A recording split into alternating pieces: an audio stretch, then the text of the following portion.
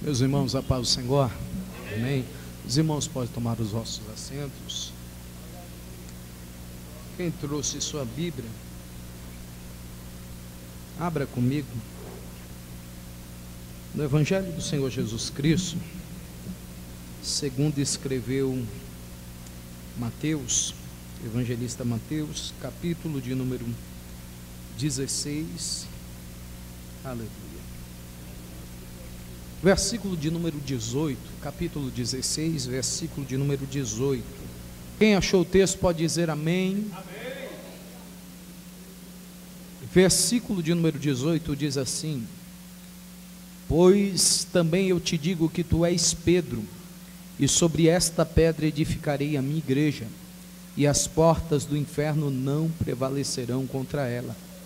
Eu te darei a chave do reino dos céus, e tudo o que ligardes na terra será ligado no céu, e tudo o que desligardes na terra será desligado nos céus.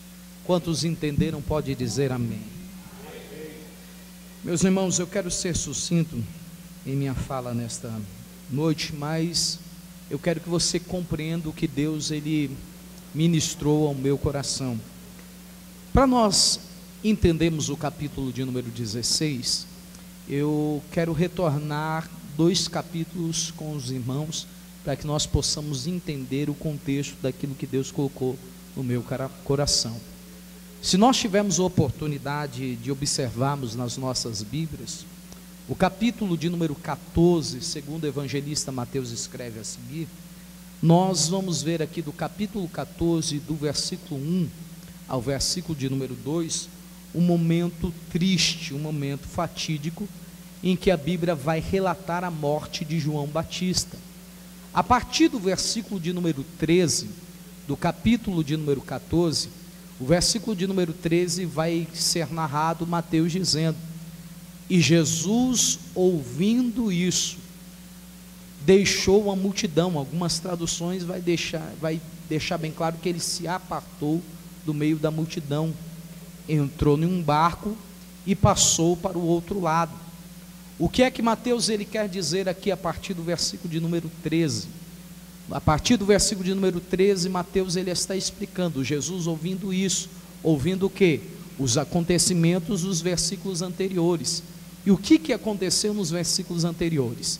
João, conhecido como Batista, morreu. E o interessante desse texto é o comportamento em que Jesus vai ter diante desta notícia. Eu quero que você preste bem atenção nisso no teu coração, para que o seu coração pegue esta verdade espiritual na tua alma. Quando nós olhamos para a Bíblia Sagrada, não dá para interpretar que Jesus ele veio à terra, e no período que ele esteve na terra, ele foi 50% homem e 50% Deus. Por muitas vezes foi se pregado isso, mas quando nós olhamos à luz da Bíblia, nós entendemos que Jesus veio à terra 100% homem. Assim sendo, não seria válido o seu sacrifício na cruz do Calvário. O que eu quero dizer com isso? Olhando para a humanidade de Cristo, nós podemos identificar em Cristo, dentro da palavra do Senhor Jesus, que o Senhor Jesus Cristo, no período em que ele passou na terra, Jesus ele foi acometido de muitos dos sentimentos que eu e você, ser humanos, homens comuns, passamos diariamente. À luz da Bíblia, nós podemos identificar que Jesus foi criança, e como criança, eu tenho um filho de 3 meses, imagino Jesus com 3 meses, e à luz da lógica, Jesus chorou para querer leite. À luz da lógica, Jesus ele aprendeu a caminhar, talvez com alguém segurando aos seus lados, lhe ensinando a andar. 100% sendo homem, Jesus Cristo sendo Deus, nós sabemos que pelo poder da sua palavra ele criou o universo, porque a Bíblia diz que no princípio era o verbo estava com Deus. Isso é uma revelação de Gênesis capítulo 1, quando a Bíblia diz que Deus criou tudo, dizendo haja. Então para Deus criar, Deus basta falar. Mas Jesus é tão lindo que ele deixa a sua glória e se rende ao corpo de um bebê que vai querer chorar para querer leite e vai aprender a falar. Ele vai trocar a sua onipresença, que lhe dá a capacidade de estar em todos os lugares ao mesmo tempo, por um par de pernas que vai dar a oportunidade a ele de se locomover de um lado para o outro. Tendo ele todo o poder, ele vai deixar a sua glória e vai vir como homem. E vindo como homem, ele vai trocar a sua força, do seu poder, com a força talvez de um filho de um carpinteiro, que um dia aprendeu a lixar uma madeira. O que eu quero dizer com isso? À luz da Bíblia, Jesus chorou. À luz da Bíblia, Jesus foi traído, e ele sentiu o sentimento de alguém que sente a dor de ser traído. À luz da Bíblia, Jesus sentiu fome, e assim foi a tentação dele no deserto, através de Satanás, oferecendo a ele para transformar pedra em pão. Mas ele vence pelo poder da palavra e nos ensina que nem só de pão viverá o homem, mas de toda a palavra que sai da boca de Deus. Jesus, como homem, ele passou por todos os sentimentos que o homem passa. E nesse momento, quando eu faço uma relação do versículo de número 13 do capítulo de número 14, eu vejo Jesus tendo a notícia da morte de alguém em que se ama. Se nós formos olharmos à luz da Bíblia Sagrada, há pelo menos 3 graus de relacionamento entre Jesus e João Batista.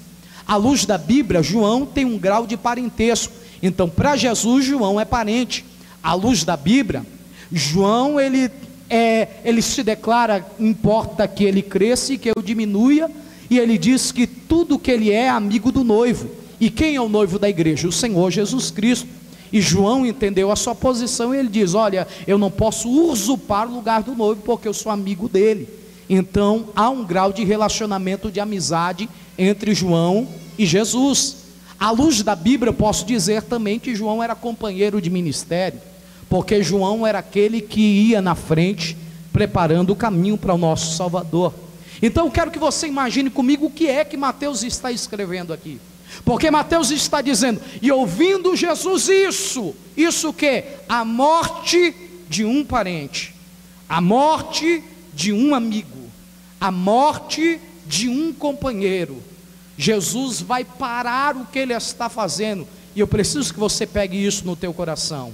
Jesus vai parar o que ele está fazendo, Jesus vai interromper a sua reunião. É como se Jesus estivesse nesta noite pregando em meu lugar, e um mensageiro chegasse até ele e dissesse: Jesus, João Batista, o teu amigo, o teu parente, o teu companheiro morreu. E Jesus imediatamente no meio da mensagem dissesse para a multidão: gente, com licença, eu acabei de ter a notícia da morte de alguém em quem eu tenho muito apreço. Então Jesus para o que está fazendo, Jesus entra num barco, e a Bíblia vai descrever que ele vai passar para um lugar deserto. Eu quero que você pegue isso, repita comigo: lugar deserto. Mais uma vez, lugar deserto. Eu quero que você grave bem isso no teu coração, porque a Bíblia está dizendo que Jesus, através da notícia da morte, Jesus vai parar o que está fazendo, vai entrar num barco e vai procurar um lugar deserto. Porque aqui eu entendo algumas verdades espirituais dentro desse texto. Jesus, como homem, está agora sendo impactado pela notícia da morte de alguém que se ama. E se tem alguém aqui nessa noite que já teve a infelicidade de ser impactado por uma notícia de tal grau, sabe que é uma dor muito grande, que às vezes não dá para se comparar a notícia da morte de alguém próximo de nós. Então Jesus, ele interrompe o que ele está fazendo, e parece que eu vejo à luz do texto Jesus dizendo: eu preciso ficar só. E gente, Jesus tem um direito disso. Quem nunca, e eu vou usar por exemplo a mim mesmo, através de momentos difíceis, já disse: eu quero um tempo para respirar, eu quero 1 minuto a sós, eu quero parar o que eu estou fazendo para me restabelecer. E talvez alguém diga: não, mas Jonathan, Jesus é 100% homem, mas na sua divindade ele sabia que João morreria. Ok, mas na notícia de Lázaro, que ele sabia que iria ressuscitar, ele chorou. Então Jesus está tomado por um sentimento, e eu preciso que você entenda isso na tua alma, para que você receba o que o Espírito ministrou sobre o meu coração. No versículo de número 13, a Bíblia diz que Jesus passou para o outro lado. Mas na continuação do versículo diz que a multidão que viu Jesus entrar num barco e ir, seguiu Jesus por dentro da cidade, de a pé. Quando chega no versículo de número 14, a Bíblia vai dizer que Jesus vai desembarcar, e imediatamente ele vai avistar a multidão. E gente, eu tentei me colocar no lugar de Jesus naquele dia. Talvez eu ou algum dos irmãos que estão aqui nessa noite faria o que eu faria.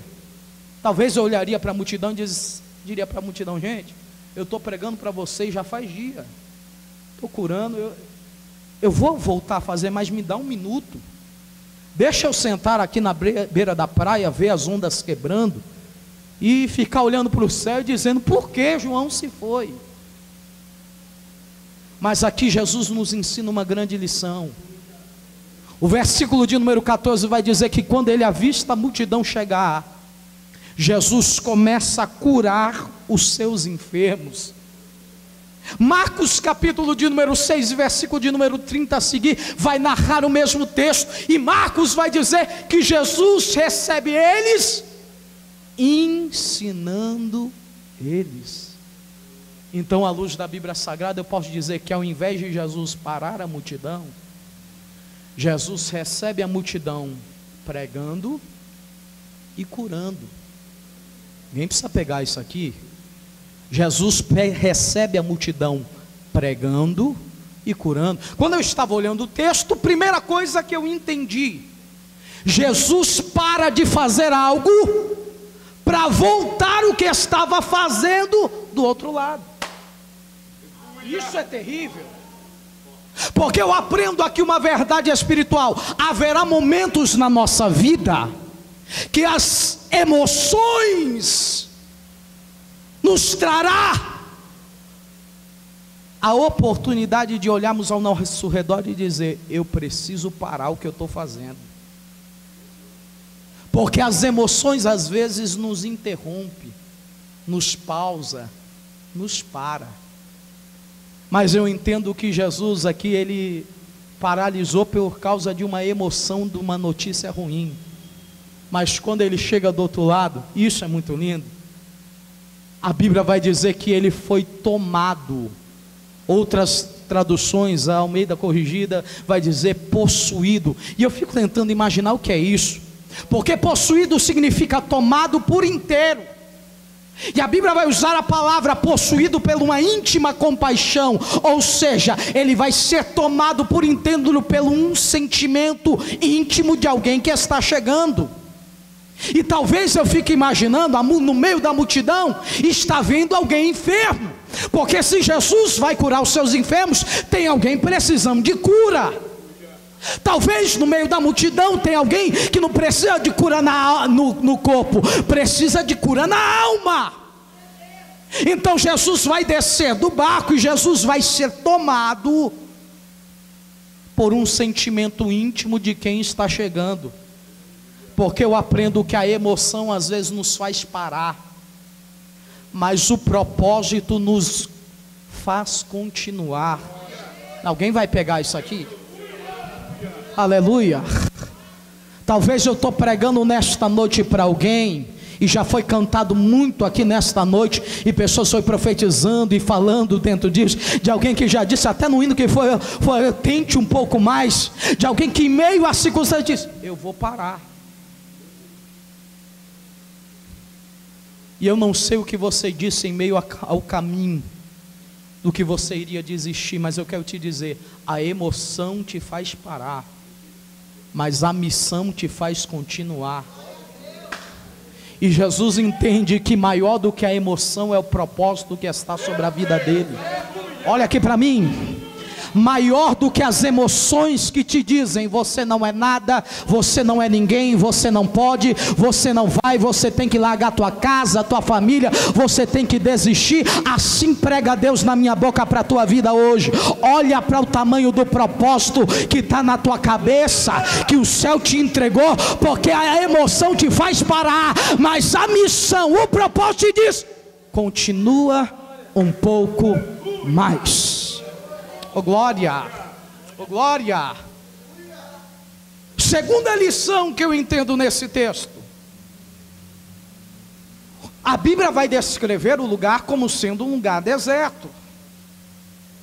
E geralmente dentro da nossa cultura pentecostal, quando nós falamos de deserto, nós oramos para sair do deserto, fazemos campanhas para sair do deserto, porque quando se assemelha a esse deserto, fala-se de luta, provações, problemas, solidões, dificuldades. Mas aqui eu aprendo uma lição. Dentro da cronologia bíblica, um escritor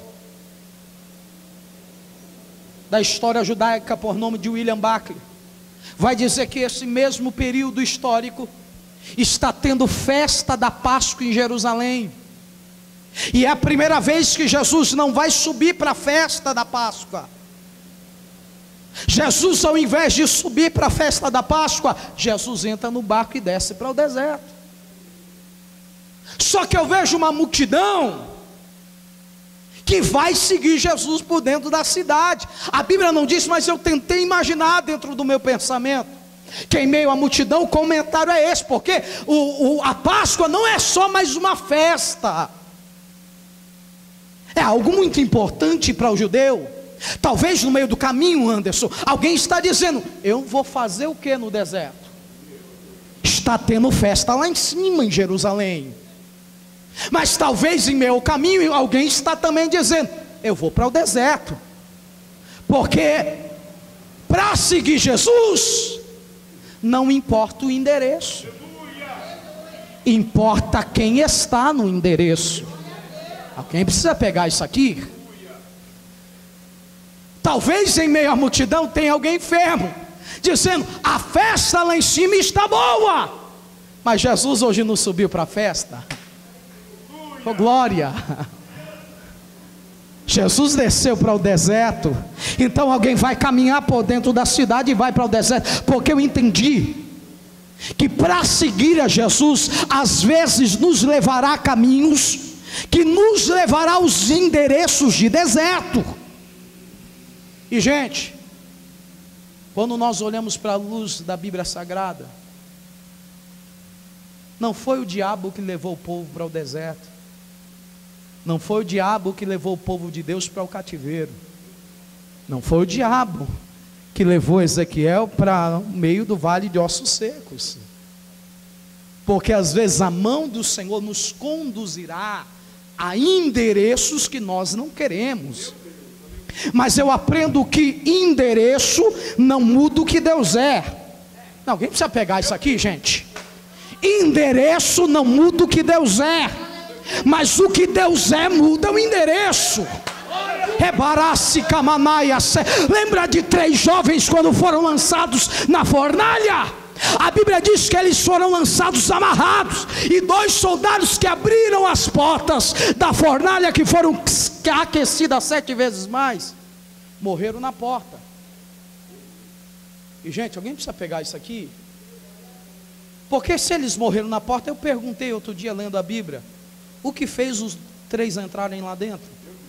Vou dizer, eu se os soldados morressem na minha frente, eu corria. A Bíblia não diz, mas eu acredito que o 4º homem da fornalha estava lá dentro dizendo: vem. Talvez há uma discussão na porta dizendo: mas é fornalha. Mas o Eterno está lá dentro dizendo: mas eu estou aqui.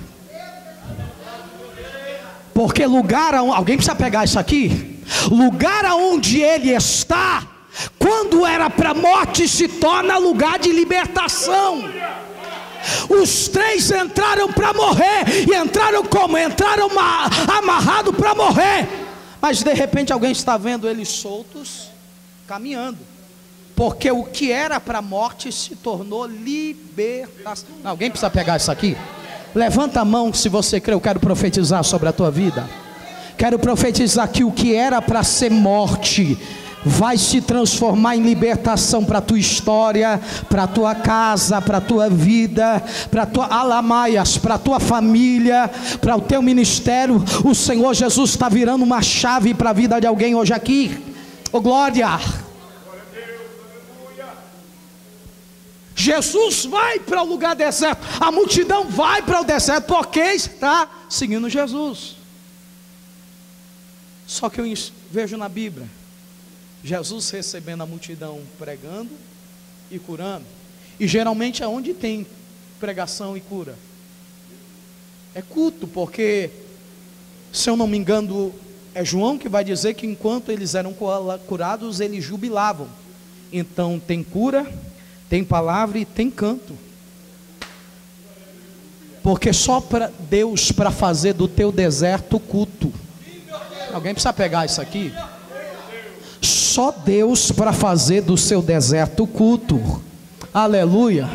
E gente, a festa da Páscoa tinha agenda marcada, mas a festa do culto no deserto ninguém marcou na agenda. E a gente precisa pegar isso aqui, porque a Bíblia vai dizer que Jesus foi para lá por causa da morte de João. Mas alguém que está enfermo e se não for curado vai morrer, vai chegar e Jesus vai curar. Porque eu aprendo a Bíblia aqui, trabalhar dentro de uma balança eterna. Por causa da morte de alguém, alguém que está morrendo e está indo para o deserto vai ser curado e vai viver um pouco mais. Porque até na morte Jesus produz. Alguém? Aleluia. Aleluia. Eu vou repetir mais uma vez. Até na morte Jesus produz. Glória. Glória. Parece que eu vejo Jesus. Desculpe o termo, é um termo muito chulo para usar, mas para que nós cabamos na nossa mente. Parece que eu vejo Jesus empolgado na sua pregação, porque Jesus continua a pregar e a luz da Bíblia Sagrada vai ficar tarde. E João capítulo de número 6, que narra esse mesmo texto, vai nos dizer a partir do versículo de número 7, que André e Felipe vão chegar até Jesus, e Felipe vai dizer para Jesus: Jesus, está ficando tarde. E Jesus: o povo está com fome. André está junto ali. À luz da Bíblia, André é mais calculista. André olha e diz: Jesus, são quase 5.000 homens. E isso fora contar crianças e mulheres. Podia atingir 15 a 25 mil pessoas. Ele está vendo, Jesus, a multidão? Jesus, o povo está com fome. Jesus olha para eles e diz: tá bom, se o povo está com fome, dai vocês de comer. Por que é que Jesus fala isso? Lembra do capítulo de número 4 do Evangelho segundo escreve João? Quando Jesus passa por Samaria e encontra com a mulher samaritana sozinha. Jesus só encontra com ela a sós, porque os discípulos ficaram na cidade para comprar alimento, porque a responsabilidade do alimento era com eles. Jesus está querendo dizer: olha, deixa que eu prego e do pão vocês cuidam. Só que André olha para Jesus e diz: Jesus, só que aqui nós temos um problema. Pelo tamanho da multidão, eu precisaria de quase 1 ano de salário para alimentar todo mundo. Parece que eu vejo Jesus olhando e dizendo: tá bom, e aí? Porque para ele o problema não é o ouro nem a prata. E os discípulos sabem bem disso. Porque a falta do dinheiro é uma questão. Só que aqui nós temos uma segunda problemática. Eles estão dizendo: Senhor, não tenho dinheiro. Mas se tivesse, ou seja, se o Senhor mandar pescar um peixe aí e achar moeda o dinheiro na boca do peixe, vou dizer um negócio para o Senhor: se tiver o dinheiro, não tem aonde comprar, porque o lugar é de... Como se Jesus não soubesse para onde estava indo.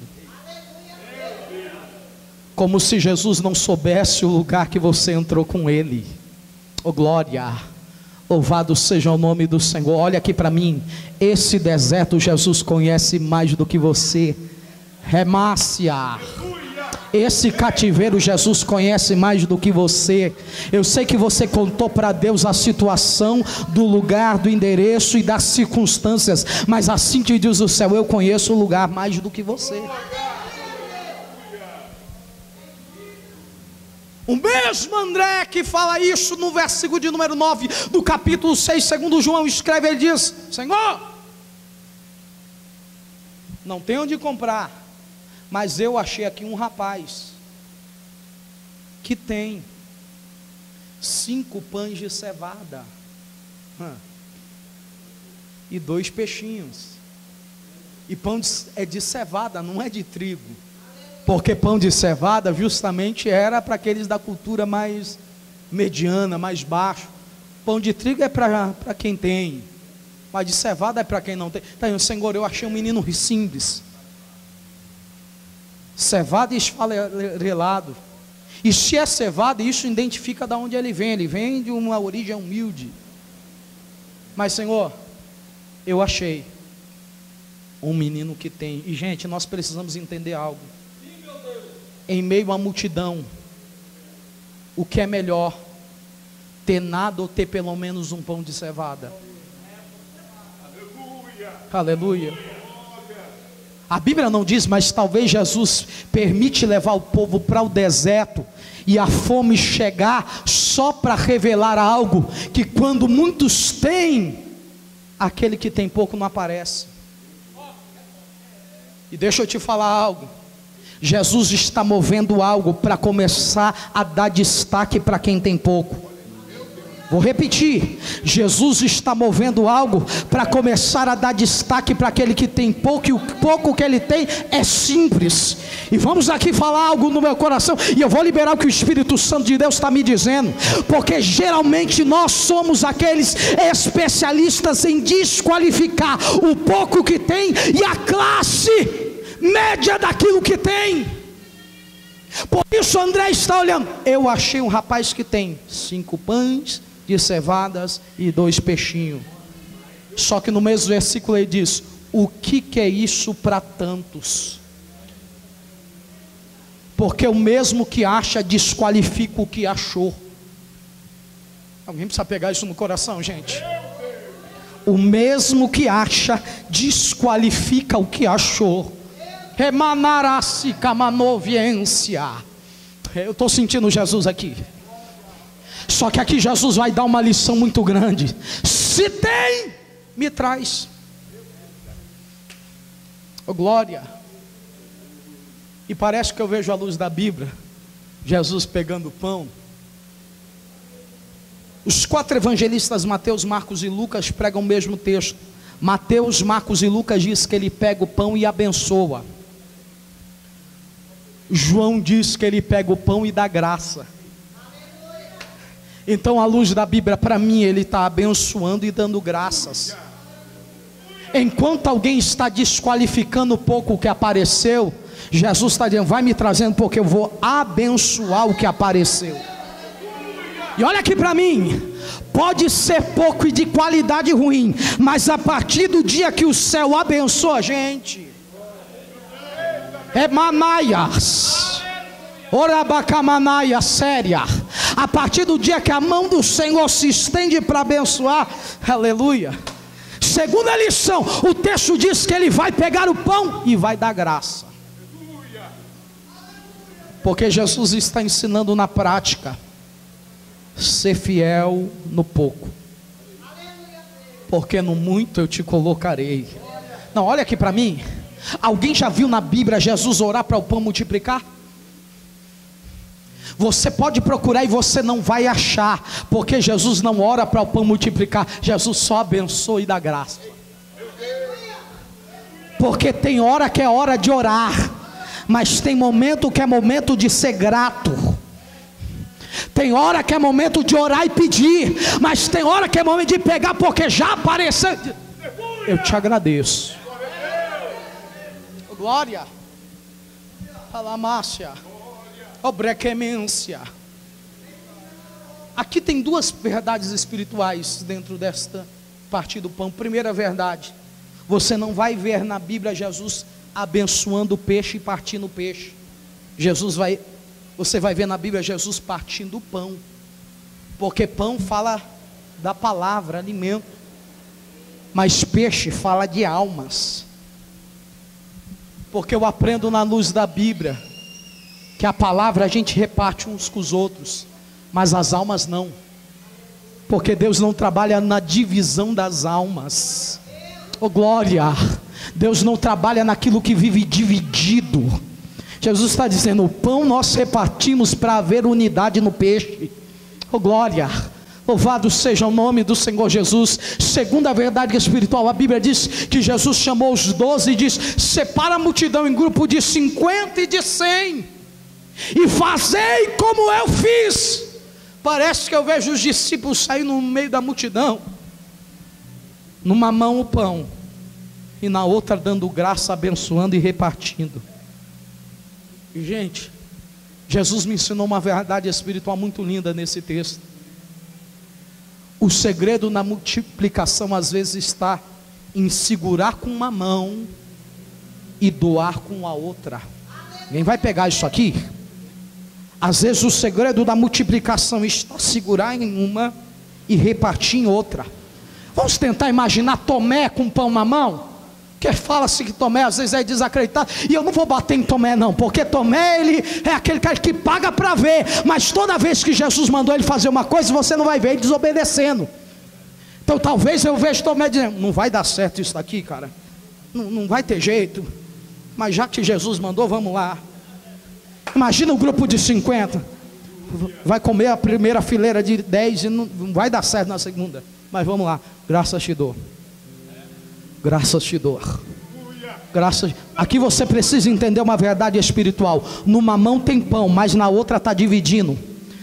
Numa mão, ele abre mão do que está na mão dele, mas na outra nunca acaba. Graças te dou. Graças te dou. Jesus está dizendo: com uma mão você reparte, porque com a outra mão nunca vai faltar. Rebrace, quemência. Talvez ele chegou no número de 30. Já foi 30. Já foi 50. Vamos lá para o grupo de 100, 110, 120. Talvez Pedro do outro lado. E aí, Tomé? Eu não sei o que acontece. Numa mão nunca falta, mas na outra sempre distribui.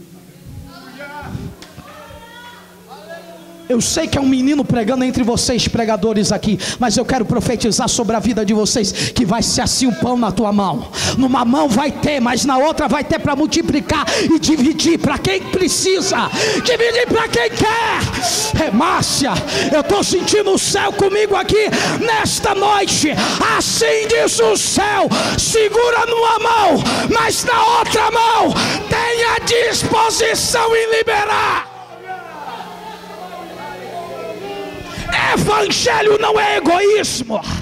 Evangelho não é segurar com duas mãos e dizer: meu, não divido, não dá. Checa Márcia.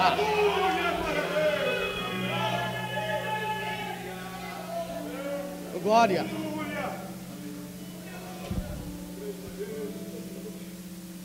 Glória. Por isso a Bíblia ensina que o segredo de repartir é esse. Você reparte sem olhar para a mão que dá. Porque quando você não olha para a mão que dá, você não perde o que tem. Oh Jesus. Dentro desta visão, todo mundo vai se alimentar. E a Bíblia vai dizer que os 12 vão voltar. Quando os 12 voltam, parece que eu vejo Jesus dizendo: e aí, deu certo? Gente, eu não sei você, eu fico imaginando os discípulos, depois de uma multiplicação: Jesus, eu não sei o que aconteceu, mas foi terrível o culto aqui. Enquanto o Senhor pregava, o povo se alimentava e o pão não acabava. Aleluia. Mas parece que eu vejo Jesus olhando para eles dizendo: tá bom, agora deu certo? Deu. Agora volta para buscar o que sobrou. Imagine a cara de André, que disse que não ia dar. Por exemplo, busca porque sobrou. E a Bíblia vai dizer, eu preciso correr aqui, que sobraram 12 cestos cheios. Não, gente. Quantos discípulos Jesus tinha? 12. Você acha que a Bíblia trabalha com coincidência? Não. Um cesto para cada um. Não tem que ficar contando história. Porque Jesus está ensinando aqui. Nós precisamos entender como funciona a multiplicação. São 12 discípulos, são 5 pães. Se divide o pão, 5 dividido por 2 dá 10, mais 2 peixes, 12 pessoas. Jesus está dizendo, tem na mão para todo mundo dividir. E quando voltar, tem cesto para a mão de todo mundo. Tem lugar para todo mundo. Tem pão para todo mundo. Rebácia. Segunda verdade espiritual, dentro desta visão que eu entrei agora. Olhando o texto, eu me fiz uma pergunta: Jesus, eu sei que o Senhor multiplicou pão e peixe, mas Senhor, da onde que vem os outros 11 cestos? E gente, eu sei que quando eu falo isso, dá um susto que alguém vai achar, agora ele vai falar que multiplicou cestos. Não, porque eu não posso pregar o que a Bíblia não diz. Mas eu posso usar a lógica. Como assim usar a lógica? Tinha um menino com um cesto cheio, mas talvez no meio da multidão tinha gente com cesto vazio. Porque aqui eu aprendo uma lição. Por causa de um cesto cheio,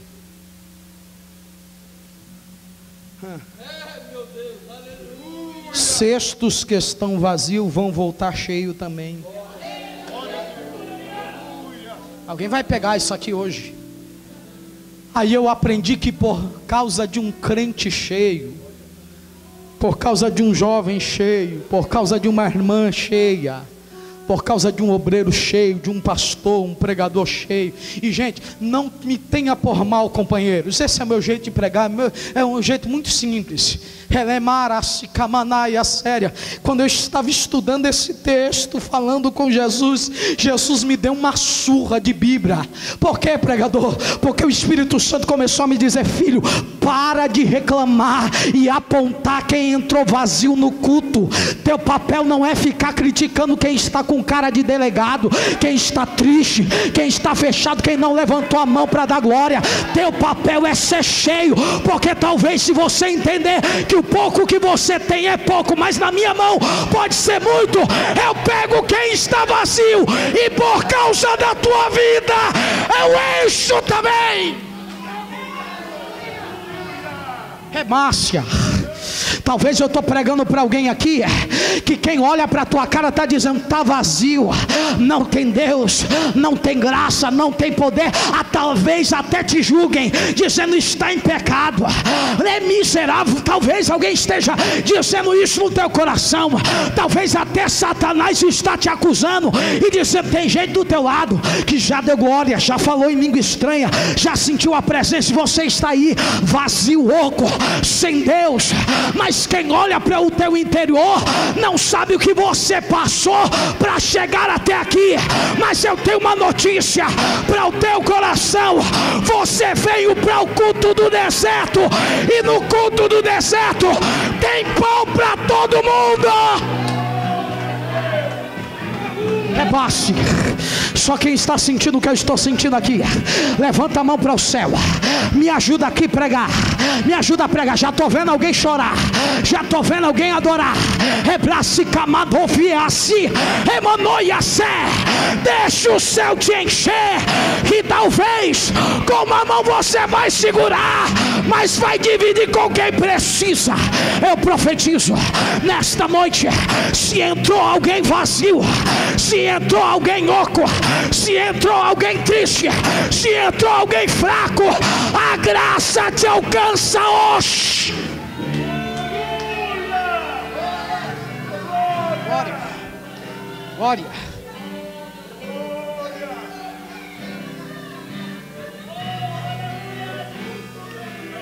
É baracamasse, é pra topataia sobre a cá, é manoviasse camar, é provar-se quemiência, é batobicamanácia, Eu estou sentindo uma graça que desceu aqui, gente. Se eu não conseguir terminar o sermão, fica tranquilo. Jesus está falando na casa. É Manasse Cabataia. Feche o teu olho aonde você está. Eu senti uma chave espiritual virar aqui na casa. Eu preciso liberar o que o céu está nos dando aqui. Aleluia. Só quem está comigo na comunhão, se tem glória na tua boca, é baixinho, ainda é oco, vai trazendo para fora, porque assim prega a Deus na minha boca, que no seu glória eu vou trazer multiplicação para a tua história.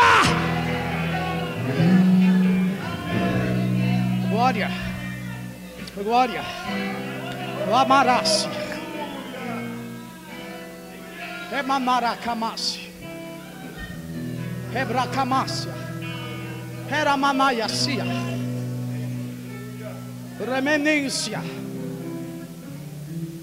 Foi para o deserto, mas tem palavra, tem cura e tem pão.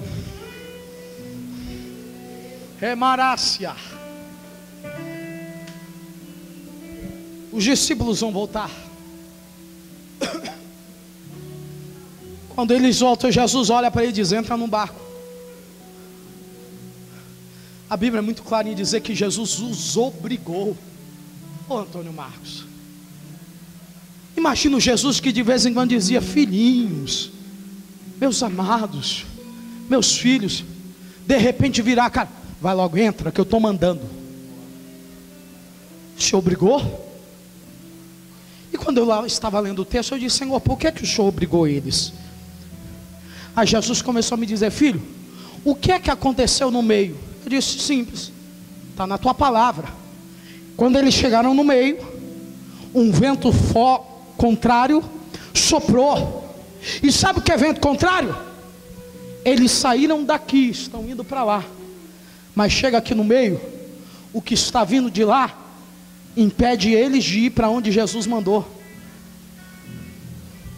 Não, e alguém precisa pegar isso aqui, porque eu vejo duas tempestades clássicas na Bíblia. Uma em que Jesus está descansando no barco, outra que Jesus não vai no barco. Alguém precisa pegar, gente. E eu disse: Senhor, qual é a diferença das duas? Jesus me disse: filho, em uma eu estou, na outra quem está é minha palavra. Jesus não foi, mas Jesus disse: passa aí para o outro lado. E gente, a gente precisa entender algo, que o vento que sopra contra, está soprando contra o barco e contra os discípulos, mas mal sabe o vento que está soprando contra a palavra que Deus mandou na tua vida. E gente, eu aprendi na Bíblia que quando o vento sopra contra a palavra, mexe com o dono dela. É maraia sobre a camaia. A Bíblia vai dizer que Jesus vem caminhando sobre. Eu sei que vento e mar não fala, mas eu fiquei imaginando se vento e mar falasse, porque a Bíblia mandou esse cara inquieto, tratou eles como gente. Então eu ousei desta oportunidade. Eu fico imaginando Jesus chegando e o mar conversando com o vento, dizendo: vento! Que foi, mar? Cara, se eu fosse você, eu parava de soprar. Mas o que foi, mar? Rapaz, lá na praia pisou um homem em mim e o céu disse: segura. E de lá para cá eu não pude deixar o homem afundar, era segurando. Mas o que foi, vento? Se eu tive que segurar o homem, você está segurando o barco que tem palavra dele.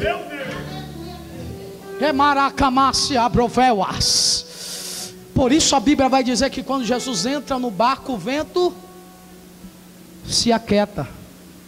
Porque tem dia que Jesus olha para o barco e diz, para o mar: mar, vento, quieta. Mas tem dia que ele só vai entrar. E eu acho lindo isso, porque aquele barco poderia até afundar. E Jesus, se quisesse, diria para eles: passa nado. Jesus continuaria sendo Jesus.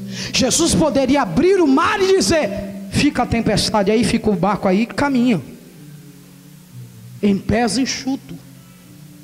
Ou Jesus poderia dizer para eles: vem caminhar comigo sobre as águas. Mas eu aprendi, e eu encerro com isso, que aquele barco não podia afundar, Alexandre. Por quê? Porque aquele barco carregava 12 cestos de pão que Jesus multiplicou no deserto. E gente, discípulo pode saber nadar, mas pão se desfaz na água. Porque eu aprendo que existem 2 processos do milagre na nossa vida. Primeiro processo, para receber. Segundo processo, depois que recebe, alguma coisa contrária quer impedir e afundar o que você recebeu. Mas o céu está dizendo: tem a minha palavra e a minha ordem, o barco não vai afundar, e o milagre que que o barco está carregando vai chegar do outro lado, e não vai virar história de pescador para morrer no mar. Eu encerro com isso. Levanta a tua mão assim. Eu profetizo que o milagre que Deus tem para a tua vida não vai morrer no meio das águas para virar história de pescador, para depois você contar. Você vai desembarcar do outro lado, de posse do milagre, dizer: se tem alguém em dúvida, está aqui.